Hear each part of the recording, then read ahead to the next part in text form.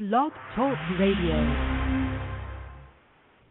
Hello, everybody, and welcome to another episode of Hidden Mysteries. I'm Mimi, and this is August 6th, 2014, and this is New York City, or well, at least close to New York City. We're in the Staten Island area, and I'm with my co-host, Reverend Maria DeAndrea. Hello, Maria. How you doing? Great. You know, we're off to another good show. Yes, and we have a very fascinating topic. You know, I really can't wait to get into this one. Before we do, I just want to remind everybody if they want to get in touch with Maria, because she's a very well-known psychic from Budapest, Hungary, and a European shaman and a metaphysical practitioner, spiritual life coach, and author of numerous books.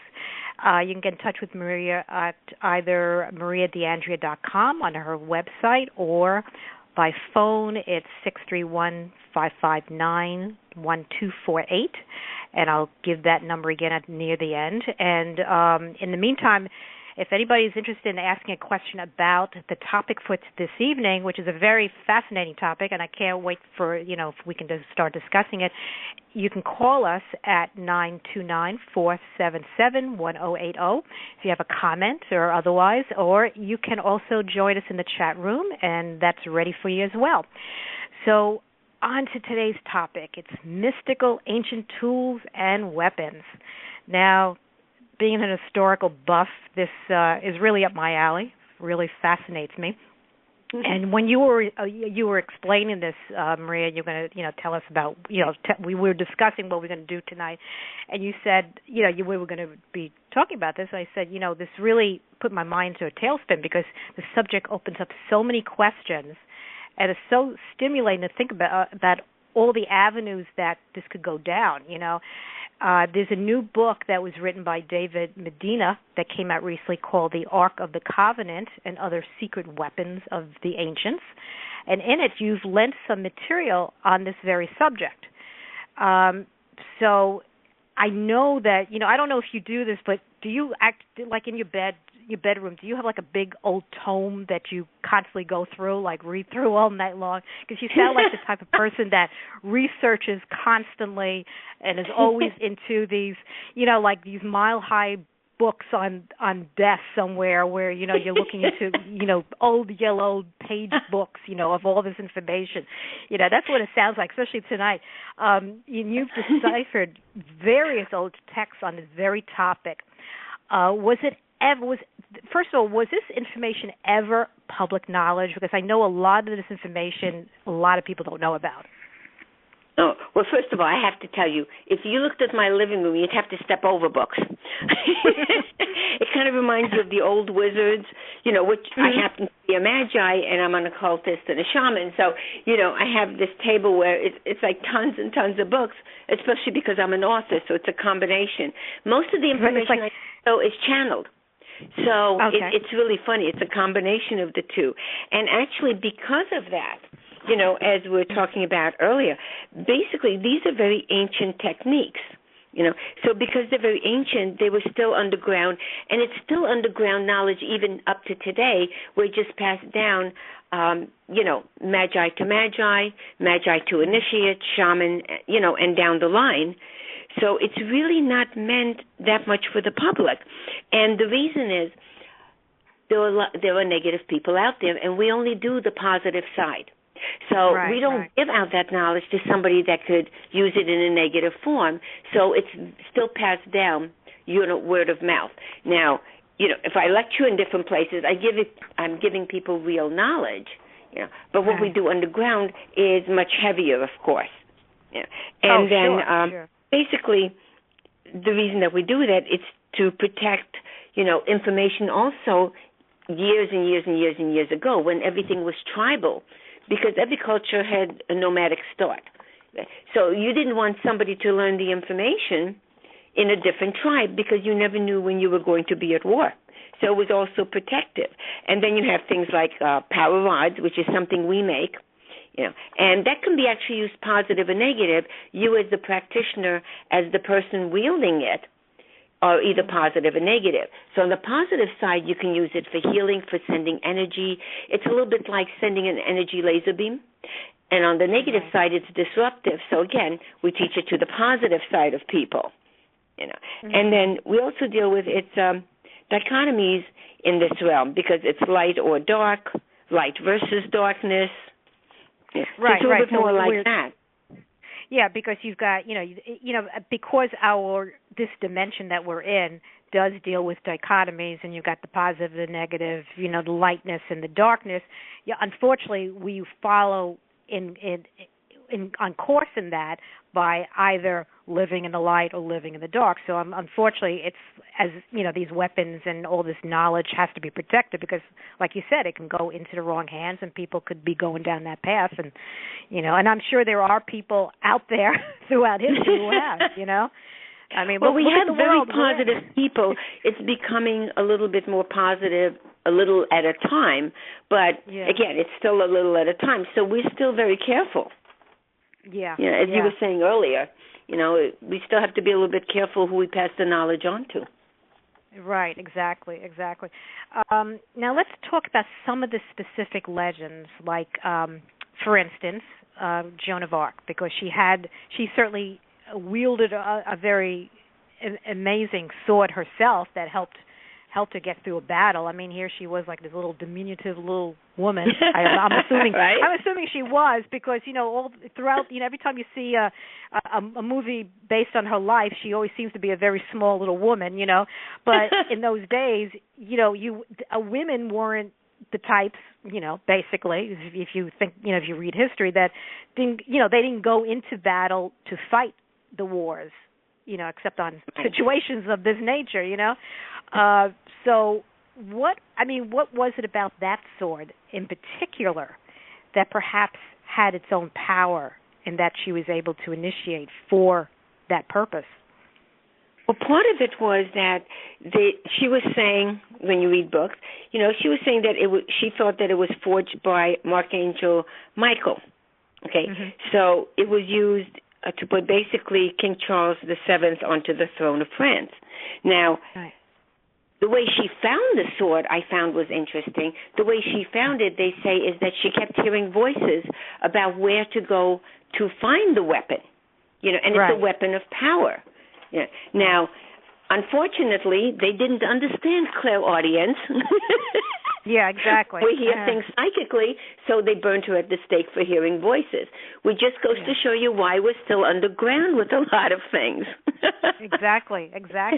But I mean, part of the weapon was that it was said that it would shine so bright in the sunlight, that it would affect people's vision. And that was part of the battle, even though she was physically battling using the sword. But part of it was that it was said to be so bright that it would blind the enemy. So we don't really know what the sword was made of. Well, it sort of sounded like it was like a symbol or a message that came from, the God Force to help her through this mission of hers. And it was a symbol of that light. No, I think so, too, because she was getting very direct information. When you're hearing clairaudiently, you're hearing it direct. It's not a matter of you're meditating, you're trying to tune in, which are wonderful, wonderful techniques. But this is something that she got very direct, in which case she would have felt obliged to move on it, because, things like that will repeat until you actually do. They can be very annoying. People don't think of that, but it'll repeat until you follow through, because there's a reason for it. Yeah. I mean, and it also, was it she was protected, while she was in battle, because I think she just got a wound, but it wasn't so severe that it hurt her. It wasn't until they burnt her at the stake that it became a mortal problem, But that'll do it. That'll do it, But do you think it was that was it the sword that was helping that? Was it Archangel Michael that perhaps was protecting her, through her mission? I would actually think it's the combination, because we don't know what type of metal some of these weapons were made from. And people don't realize it, but a lot of the ancient weapons were considered valuable, not just because of the spiritual aspect, but because a lot of it came from situations where they didn't understand the metallurgy. So to them, it would have been very different. As an example, some of the weapons in ancient history were made from meteorites. So they looked at it as the meteorite fell from the sky. It must be some god throwing it down to them to use. Yes, yeah. Not to mention, the properties of meteorites really have different vibrational value, than other weapons that we make. Actually, it's really funny. Years ago, because I do psychic work, years ago, there was a group of people, and they asked me to close my eyes and to hold a stone, just to see what I pick up. And it was funny because I wasn't thinking meteorite. I'm thinking gemstone. Maybe they're asking me to hold the gemstone because somebody else owned it before, that was happy or sad or whatever. And when I was holding the stone, all I kept seeing was being out in space, literally, and seeing the stars and the planets moving by, and I was standing still. So when I told them that, which, by the way, when I told people that at the time, I really felt this is the stupidest thing I'm ever going to say. I'm waiting for information about a person or somebody that owned the stone, like jewelry, and they told me it was a meteorite afterwards. So part of me went, okay, now that makes sense. And the other part of me was, really, you're playing with what I'm going to pick up? That's funny. Now, what about like the sword of Excalibur in regards to King Arthur? Because that certainly was a powerful one that united the kingdom. What was that? What was the significance of that sword? Well, they were looking at it as, and it did, like you said, unite the kingdom. So he became an extremely, extremely powerful ruler in Britain. But it said that the powers of the sword were said that whoever owned the sword couldn't be killed. And they also said that they wouldn't really bleed, or they wouldn't bleed at all. It would either stop the bleeding completely or not even bleed when they were cut, when the owner of the sword or whoever held it was cut. So it's considered a healing weapon. Okay. Also, it would said that if the sword was used for evil purposes, it would actually break in half. And people think that it's a lot of mythology, and they don't understand how that could possibly be. As an example, it said, like, they couldn't lie. I'd say that's the oldest lie detector we've ever run across. Right? It said, it inspires courage. But, it's funny when people say, if somebody's negative and wielding it for a negative purpose, it can't possibly break. That's just a myth. What people don't realize is when you're positive, your energy is different than somebody negative. And, we work with the scientific community, and they can actually test the vibration. It's actually a different hertz, megahertz. So the vibration can affect whatever the sword was made from. So it actually makes sense if you look at it metaphysically. I find that when you're working with people, and this is how people can spot it too, if you're very positive, like, you're always positive, Mimi. So when you're positive, if you're around negative people, say you just met them and there's a group of negative people around you, okay? You're going to feel uncomfortable. You're not going to want to be there. You might get edgy. The same thing with negative people. They're not going to like us. They're going to feel uncomfortable. They'll feel edgy. They may not know why, but they're feeling the energy that we don't fit with them. Well, and we're feeling it the other way around. So the energies actually can be activating a sword. When you look at it metaphysically, it actually makes a little sense. Yeah, that certainly is true about the fact that, you can feel the essence of, like the type of energy that's in a room. You pick it up, and sometimes you don't realize that you're picking it up. So, all of a sudden you start to feel like depressed or sad, or, angry about something, and you're like wondering, where did that come from? And usually, what people don't realize is they could be walking into an environment that is so embedded by that negativity that it just brings them down, and if they're not aware of it or they don't catch it in time, they can get brought down with it. So sometimes you have to really do, some protection to walk into an environment that you don't know what you're getting yourself into, You know? No, that's true, because I think we've all had that experience, like you said, where you walk into a room or you walk into a store, as an example. Yeah.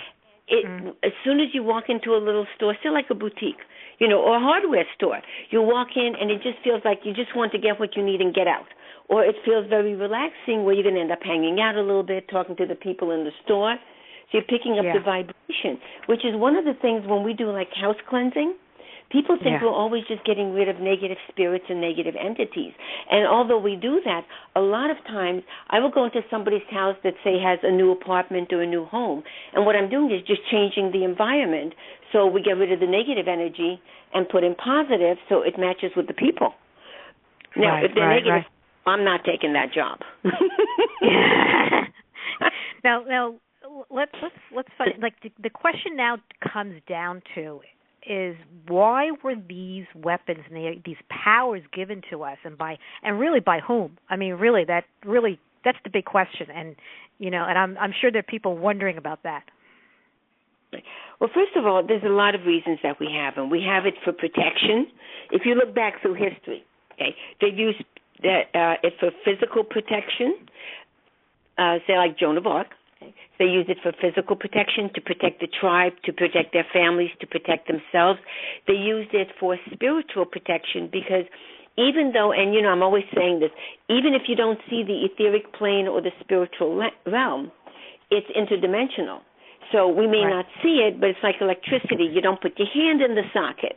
So it protects you depending on what it is. Like the breastplate of Aaron was supposed to protect him on physical and the spiritual plane, depending on what the material was that the breastplate was made from and which gemstone was placed where. It was very specific. Okay? Mm-hmm. So a lot of times it has mystical protection. And I always look at it, people don't realize this. When they're talking about gods, deities, elementals, different spirits, they're really there. People always think, that's a cute story. But it's interdimensional. And something that has been passed down for centuries. And when you look at it, you and I were talking about this a while ago, how the same deities or the same entities, maybe with different names, but with the same purpose, pop up in so many different cultures. And at the time, the cultures weren't talking to each other. They didn't have airplanes. They weren't driving across country. So there has to be something there for different cultures, not even close to each other geographically, to come up with the same situation and the same thing. And a lot of times I feel that they're there to help, to help with guiding us, help with our thinking, what direction to go in. Or they work with the destiny of nations, like Mars, the god of war, on the negative side. But we always have free will, so we will get the guidance. But it's our free will whether we move on it or not, good, bad, or indifferent. Well, that's the reason why we're in this earth plane, as they call it, because here is where first of all, we're giving free reign to our free will. And how we decide to use that is basically our own, personal mission here in this realm. And this is where we burn up, as they say, a lot of karma, because this is from what I've read, this is the only realm that really has that cause and effect thing going on, where we, in effect, what's happening is we're on a faster learning curve on this realm than any of the other realms. So everybody who's in this realm right now, well, obviously, who's listening, you're really getting up there. So, to tell you the truth, we go through a lot. We go through a lot. We go through a lot of challenges in this our lifetimes, from lifetime to lifetime. So, I think to tell you the truth, we've worked very hard, and I think we're. Maybe hopefully at some point we'll start to see a lot of those rewards. But while you're in it, you figure that I'm just in it to have to work hard and get through it. But that's what I feel. Yeah. I think you're right. And I also feel, just to add to that, that a lot of times we go through different phases in our lives where we tend to go, oh, God, what did I do that I'm in this situation? Why is this happening to me? What did I do wrong that, my finances aren't good, or my romantic life isn't doing great, or my health isn't doing that well? It's like, why is this happening to me? And then, if you just focus on, what, this is a learning lesson, it's a phase, we're going to stay positive. We're going to expect good to happen because God, or whatever your name is for the deity you believe in, because I feel like there's one source. Whatever path you take is fine. That's your path. I just happen to use the word God. So if you look at it as God is not going to let this happen to me permanently, and I know there's something better out there for me, I just have to expect it and trust it. And then after a while, it turns around and becomes more positive. And I think with everybody, including us, I think if we look back at our lives, we're going to go, oh, my God, how did I ever make it through that phase and come out of it, and now you're doing better? It's just hard when you're going through that phase. Because every now and then there's a part of me going, okay, I understand it's a learning phase. However, am I done? Yeah, exactly. Yeah, I want to finish now. Yeah, I want to because we're starting to dwindle down on time. I want to hit a few interesting spots. I may move ahead a little. I want to just talk about the trumpet of Jericho. Now that was a situation where they were using the sound as power for this event. So explain how that worked, because the others basically was they used a sword-like mechanism for getting through the battles, and but here sound and frequency was used. Exactly. The way that it worked was there's a very high pitch, there's a particular frequency. When you listen to music, as an example, people will notice that some musical notes really bother them, some they are more in sync with. Like sometimes you'll find some people can't listen to one type of music, it just aggravates them, but they love another type. It's all sound vibration that matches your physical energy, or doesn't match your physical energy. So when they were using the trumpet, what they were doing, it's a combination of things. When they were walking outside the walls of Jericho, they were doing two things. They were using the trumpet on a specific note, because that affected the physical wall itself. And the marching, and this is another reason they kept walking around it instead of just staying in one spot. The marching of all those people, think about it, they're walking around the wall and they're constantly stomping their feet. That's a different vibration that hits directly to the ground underneath and affecting the wall. So it's the combination of the two and the frequencies. So after a while, and they walked around it a few times. It wasn't a matter of they were just standing there and using a trumpet or, like you said, using a different type of weapon. But at that point, they were actually using the combination of the two. They just talk about the trumpet part more. Really interesting. Now, what about Pandora's box? Oh, see, I like Pandora's box because this is why. I just find it interesting. Okay, and the reason is when you think about Pandora's box, everybody goes, the evils of the world, were released by her. First of all, it really, in ancient history, when you really look at situations, they vary a little bit because, word of mouth distorts things. But in actuality, it was supposed to be an extremely large jar or a very large vase. So their outlook was that if somebody opened that box, it was supposed to release like shadows and negative situations and evil into the world. Now, a lot of the interesting information was that they think, and again, it's speculative because we weren't there, but from all the documentation, they're looking at it as it's extremely possible that the box was from an intergalactic or interdimensional source. That's why they weren't supposed to open it. It wasn't meant for them to use. It's kind of like, when we're talking about Adam and Eve, and he said, don't do that. And, of course, that's the first thing you do. Of course. What they should it's like little kids, don't touch that. Yeah, okay. What they should do is next time around say, play with it, have fun, you know. And they probably would have just walked away and said, what the hell, what do I need to deal with this thing for? You know, right, it it's could have been a whole lot different. See, so interdimensional does not mean automatically they're that intelligent. Well, you know, if it sounds, you should have seen that one coming, really. Well, it's another thing. Like it sounded like we were talking about. The fact is that we're here to decide which way we want to go. So it was another lesson for us to learn. All right, do we, you know, trust the fact that we shouldn't be touching this, or do we go ahead and, you know, and release the things into this world that's going to make it even worse? You know, so it has to do with trust and faith. You know, yeah. And actually, through every culture, for centuries and centuries, okay, through every single culture, people are communicating and sending and receiving information to what they looked at as the gods. So a lot of times, you ever see pictures of people, as an example, like Native Americans, you'll see them on top of a mountain, and on a really high mountain, and their heads are tilted back a little bit, they're looking up, and their arms are toward the sky. And people go, oh, they're praying. No, they're not. That's a shaman. And usually there's a headband made out of specific material that we use that obviously we can't say on the air. And what that does is it's a telepathic link, so we can connect to different entities and different dimensions to get information. So it's helping us decide, okay, this might be good for healing, this might be a good way to help the tribe. Whether we move on the information or not, that's free will.